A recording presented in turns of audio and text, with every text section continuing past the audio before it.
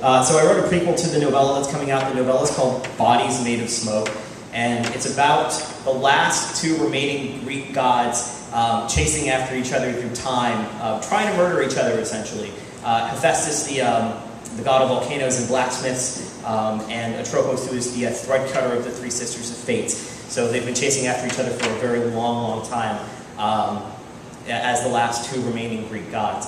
So I wrote a prequel to this that takes place in the 90s, and if you remember the 90s, they were, depending on, how you were, how old you were in the 90s, either it was a really good time, a really bad time, or you were like 7. I wrote this prequel, and it's from the perspective of Sarah. Sarah is the host of Hephaestus. This is the first time that Hephaestus has ever been in the body of a woman after all this millennia. So it's very different for him, and so I'm just going to read this section. So this is from This is from the prequel to Bodies Made of Smoke, which you can check out more information on housefirebook's.com, and it's called "From We Have Such Lovely Parting Gifts." And just as a fair warning, this is probably a bit higher than R-rated, not quite X-rated. So if you have sensitive stomachs, then oh well. Daniel sits at the lunch table with a red and black varsity jacket clinging to his 12-gauge chest. The De Leon County manufactured burrito is closer to his mouth, his teeth, than I am. "Sarah, are you thinking about fucking that boy?" The voice rumbles behind my ears. I grit my teeth gently. "Haven't you had enough, Sarah? Don't you understand I'm never going away? You are my meat puppet, little girl. The sooner you understand that, the better off you'll be." I open my palms and slam them against the tabletop 3 times. The lunchroom chatter trickles, falls to my feet. Daniel stares mid-bite. "What the fuck are you all looking at?"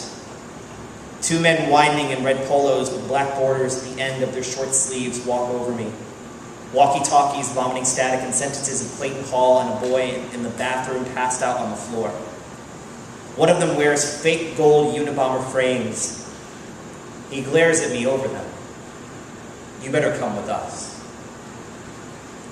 "Sarah, why do you keep doing this to me?" My dad grips the steering wheel like I know he wants to grip my throat. "This is the 3rd time this week. When will this end?" "Yes, Sarah, when will this end? Don't you see the consequences of your disobedience? Such a disappointment you are to your father.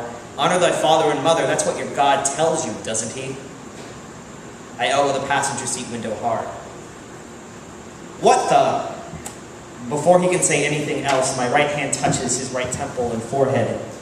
I can feel his voice claw its way out of my mouth. "All you'll remember is what a bad girl Sarah is. How she made a scene at school again. You will not remember the elbow to the window. You will forget to suggest therapy. He will drive us home without another word." My dad keeps driving, his eyes slightly rolling back. I feel my body jerk back into the passenger seat, the word sleep grumbling through my eyelids. The kiwi-flavored Boone's Farm stings my mouth, the bottleneck sliding down my throat.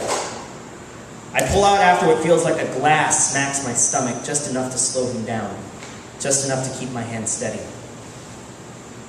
I walk to the bathroom and take off my clothes off until I'm in my Walmart bra and panty set. The mirror hanging on the back of the bathroom door reminds me of all the failure on my forearms, stomach, and neck. "This ends tonight, Hephaestus." I'm slurring. Shit. I turn on the faucet and swallow 3 handfuls of tap water. I look into the vanity and take a deep breath. I walk over the tub to grab the razor I shave my legs with. I yank the shower curtain to the side. Tenements of shampoo and conditioner and body soap stand on the back left corner of the tub. Isn't that where I normally put my razor?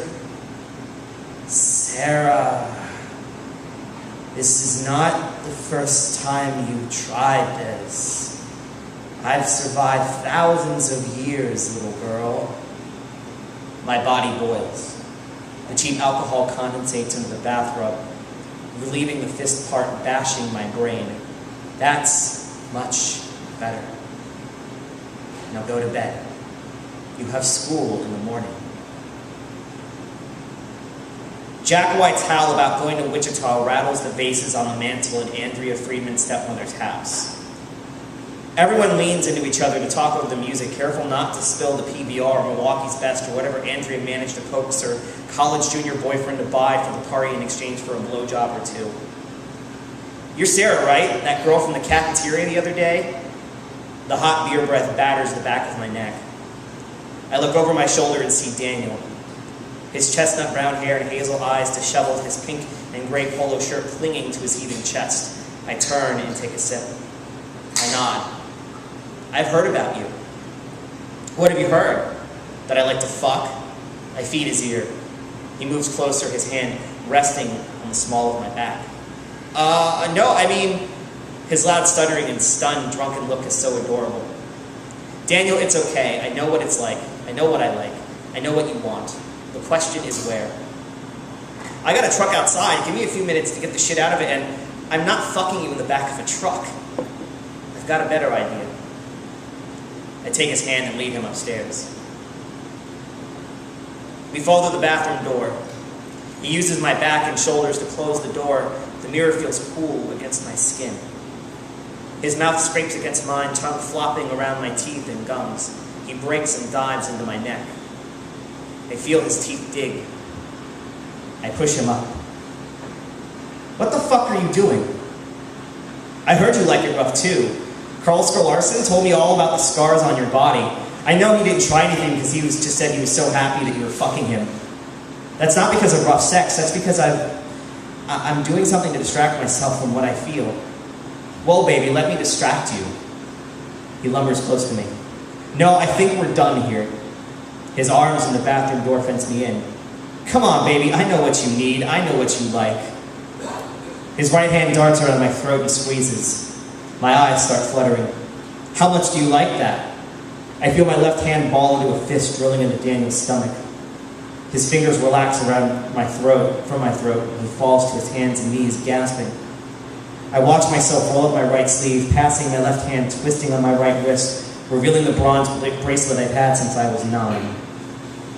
I watch my hand pass over the bracelet and a blade growing, the edge teasing his neck.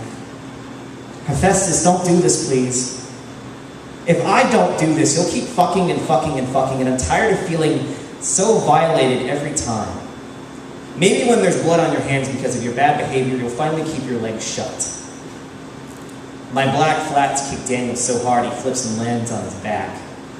I fight my right arm from burying the blade into his stomach. Sarah, what the fuck are you doing? Andrea stands in the open bathroom door, the red Dixie cup rolling on the ground, dribbling beer on the hardwood floor. I watch myself lunge at Andrea, my left hand smothering her face. Andrea, you will... Hephaestus, stop. I'm trying to fix this, Sarah. Then we can all go back to the business at hand of keeping your legs shut for good. Hephaestus, won't killing him make you easier to find by Atropos? The blade starts retracting into the bronze bracelet and disappears. My right shirt sleeve rolls down by itself. For once, Sarah, I agree. Daniel should be punished for what he has done, what he was about to do to you.